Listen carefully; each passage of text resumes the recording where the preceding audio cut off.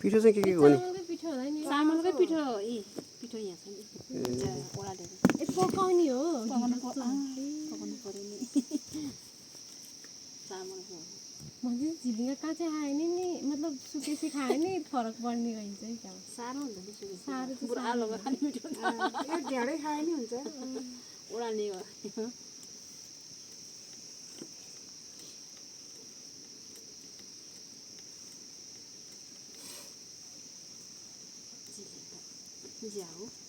चिया खान्थ्यो होला चिया होइन होइन ठिकै छ अघि नै मैले यहाँ हेरिराख्नु भएको थियो अनि मन्दिर देखेँ अनि ल्याएर मन्दिरले बोलायो ल्याएँ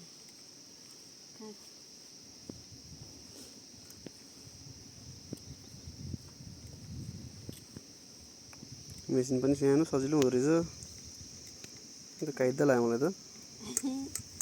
मान्छे धेरै चाहिन्छ